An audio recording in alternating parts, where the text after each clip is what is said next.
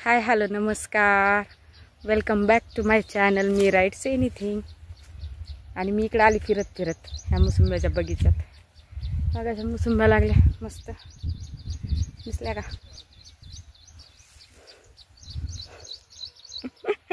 Bore तोडणं चालली, दाखवते मला बॅक कॅमेरा.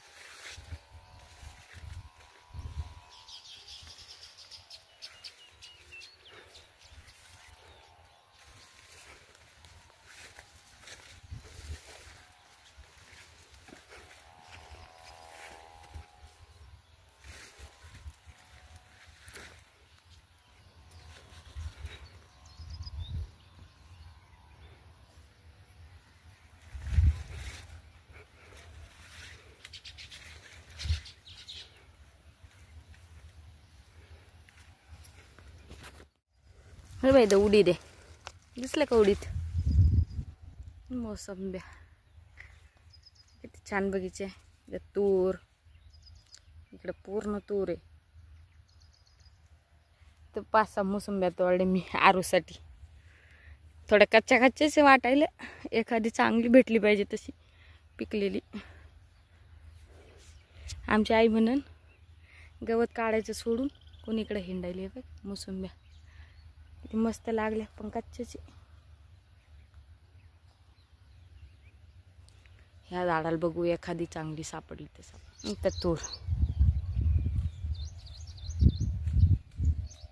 त्यांचे चालले हे कापणं. मी आरूसाठी एखादी मोसंबी पिकलेली भेटती का बघायला आली. एक पिवळी दिसायली, डाग लागेल का कशी आहे काय माहिती. तिथं दिसली का? डाग लागेलच राहते अशा राहिलं तर बघावं लागेल.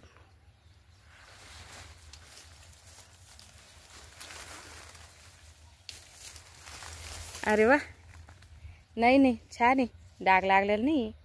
अरे वा, चला एक तरी भेटली. इथं छान आहे बघा, थोड्याशा है ना. ज्यूस निघन का याच्यात?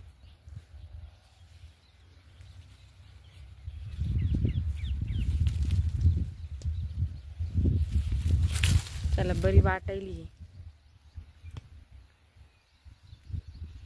इथं बी एकदम बऱ्या वाटायल्या. हे बाय ही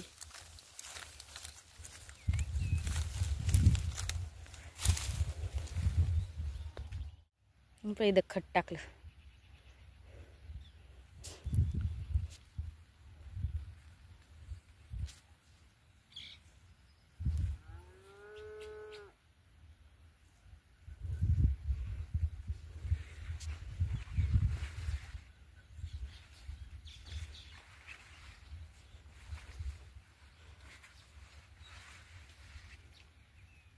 का पानं सगळं तुटून आली. ही एक छान सापडली.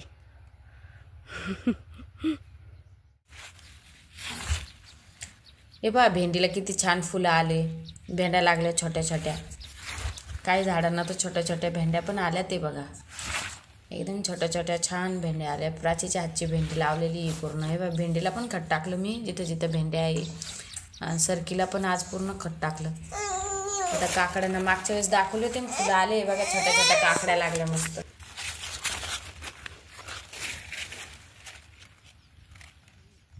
मिरा तेल ठाय लावलेलं आहे ना. मारू जर सगळ्या इकडे कडी ना.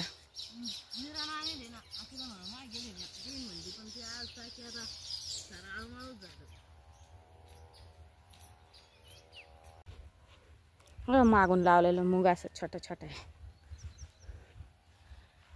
भुईमुगाला लागले बरं तण धरायला. भुईमुगाला खालून मस्त हे आलं. मागच्या बारचीनं काढलेलं गवत उचलून टाका लागलं. ते बी गवत झाले. लय गवत झाले बाप. माल कमी एवढे गवत झाले आता. हे बा असंच आरूला घरी ठेवून येण लागत खुरपाला. आता कोथिंबीर दिसत नाही का. हे बा घेण लागन जरशी.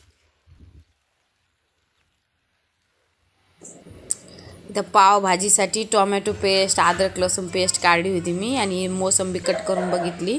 तर कुकरमध्ये आलू लावलेले. आलू स्मॅश करून घेतले. आणि कढाईमध्ये आता इथे तेल टाकलेलं आहे मी. अद्रक लसूण पेस्ट चांगली गुलाबी करून घ्यायची.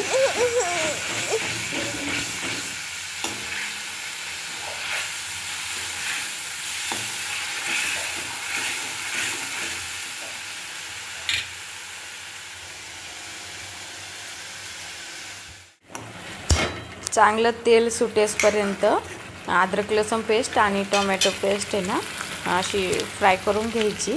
आणि इथे सुहानाचा पावभाजी मसाला मी यूज करते आहे. एकदम छान होती ह्या मसाल्याने पावभाजी. आणि सुहाना मसाला, रेड चिली पावडर आणि टर्मरिक पावडर, सॉल्ट एवढ्याच 3-4 इन्ग्रेडियंट्स मी यूज करते आहे. ज्याने की नॅचरल पावभाजीची टेस्ट लागन. खूप जास्त मसाले ॲड केल्याने तुमची पावभाजी कडवटही होऊ शकते. त्यामुळे खूप जास्त मसाले ॲड करायला मी जात नाही. अगदी एकदम कमी मसाल्यात नॅचरल पावभाजी मला आवडते. इथे मी हळदी पावडर आणि लाल तिखट टाकून घेणार आहे. हलवून घेते मी.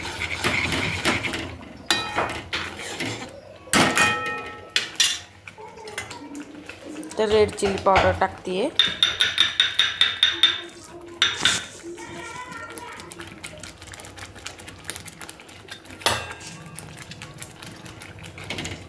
लाल मिरची पावडर टाकून हलवून घेते.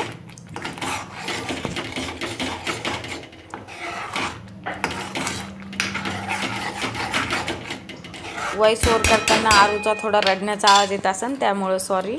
आणि शेतातून मी काल फ्रेश अशी कोथिंबीर आणलेली आहे.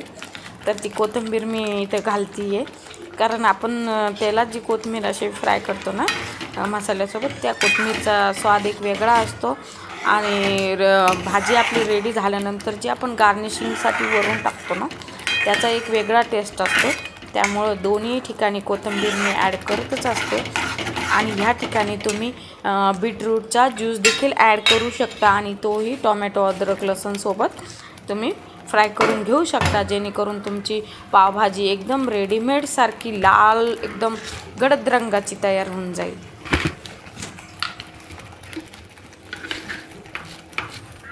आणि याला चांगलं तेल सुटेसपर्यंत फ्राय करून घ्यायचं. इथे मी मीठ घालते आहे. इथे मीठ टाकल्यानंतर स्मॅश केलेले पोटॅटो मी या स्टेजला याच्यात ॲड करते आहे. आणि चांगले स्मॅश करून घ्यायचे. तुमच्याकडं जर स्मॅशर असेल तर you can also do it. स्मॅशरनी एकदम बारीक असं करून घ्या त्याला. मी इथं चमच्यानेच बारीक करते आणि आधी पण मी खूप बारीक केले ते प्लेटमध्ये. आणि नंतर पण इथं चमच्याने करून घेते आहे. या ठिकाणी तुम्ही बटर देखील ॲड करू शकता परत एकदा. त्याने तुमची पावभाजीची टेस्ट जी आहे ती आणखी इन्हान्स व्हायला मदत होईल. आणि चांगलं स्मॅश मी या ठिकाणी करून घेते आहे, तुम्ही बघू शकता. आणि कलर तसाही नॅचरल कलर छानच आला आहे आपल्या पावभाजीला. पण या ठिकाणी तुम्ही बीटरूटला ऑप्शन म्हणून कलर पावडर जे येतं ना आपलं कुकिंगचं, तर तेही तुम्ही घालू शकता. पण मला ते पर्सनली हेल्दी एवढं वाटत नाही, त्याच्यामुळं मी कलर घालत नाही. पण तुम्ही कलरही घालू शकता आणि त्याला ऑप्शन बीटरूटचा ज्यूसही घालू शकता. त्याने तुमची पावभाजी आणखी रेड होऊन जाईल. आणि इथं मी गरम पाणी ॲड केलेलं आहे. थंड पाणी अजिबात ॲड करायला जाऊ नका, कारण ते भाजीची जी टेस्ट आहे ना ती थोडी अजब लागेल, म्हणजे जागीच बसल्यासारखी होऊन जाते भाजी. कोणत्याही भाजीला तुम्ही गरम पाणी ॲड करा, त्याने भाजीला लवकर उकळी येते आणि तर्री एकदम छान येते बघा. त्याच्यामुळं गरम पाणी मी नेहमी ॲड करते आणि मी सजेशन देईन की गरमच पाणी तुम्ही ॲड करा. हे बघा छान अशी उकळी येऊन द्यायची. आणि आता ह्या ठिकाणी तुम्ही बटर ॲड करू शकता. पहिले फ्राय करताना पण करू शकता आणि आता पण ॲड करू शकता, किंवा गॅस एकदम बंद केल्यावरही तुम्ही बटर घाला आणि कोथिंबीर आणि कच्चा कांद्यासोबत सर्व करा, लिंबू त्यासोबत एकदम छान होते. आणि चटणी बनवू शकतो यासोबत खायला. आपल्या सुक्या मिरच्या भिजत टाकून त्याच्यातले सीड काढून पावभाजीसोबत खायला आपल्याला जी चटणी देतात ना, ती चटणीची रेसिपी एखाद्या दिवशी मी तुम्हाला दाखवून. हे बघा असं मस्त छान उकळी आलेली आहे पावभाजीला आणि नॅचरल रेड दिसती आपली टोमॅटोमुळं. काश्मीरी लाल मिरची पण तुम्ही टाकू शकता, त्याने पण अजून छान रेड कलर येतो बरं का. तर पावभाजी इथं आपली छान तयार झालेली आहे. इथं मी गॅस करते बंद. बघू शकता किती थिक आणि छान ग्रेव्ही आपली झालेली आहे. एकदम थिक छान पावभाजी आहे. रेडीमेड सारखीच पावभाजी आपली तयार झालेली आहे.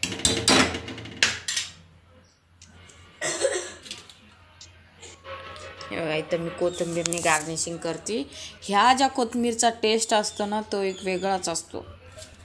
त्याच्यामुळं गार्निशिंगला मी कोथिंबीर प्रत्येक कोणत्याही भाजीत वरून टाकायचं विसरत नाही. वरण असो किंवा आणखी मसाल्याच्या कोणत्या भाजी, नॉनव्हेज असो, भरभरून कोथिंबीर मी वरून कट करून टाकत असते.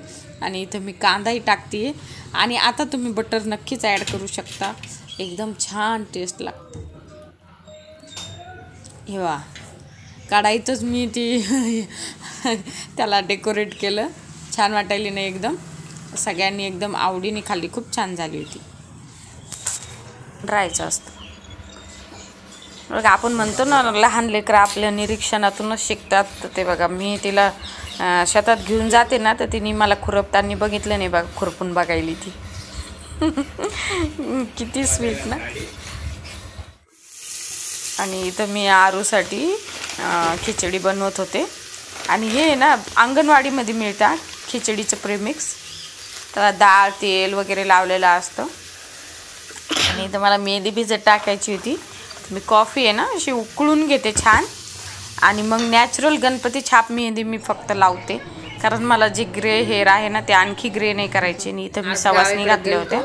आखड वगैरे पूर्ण मारून झाला. आता मूग जास्त आहे ना, भुईमूग मूग मधात मी जागाच रिकामी सोडलेली नाही. भेंडी लावलेली आहे, कुठे चवळी लावलेली आहे, तर त्याच्यामुळे ना थोडी कीड जास्त होऊ लागले, अडचण जास्त झाली म्हणजे. पण जाऊ दे, आता ते मूग आणि ते लावायला सुरुवातीला सीड नव्हते मुगाचे तुरीचे, त्याच्यामुळं मी ते ना मधात लावले. आणि मला एवढी माहिती पण नाही ना, फर्स्ट टाईम मी हे सगळं करते, त्यामुळं थोडीशी अडचण झालेली आहे त्याला.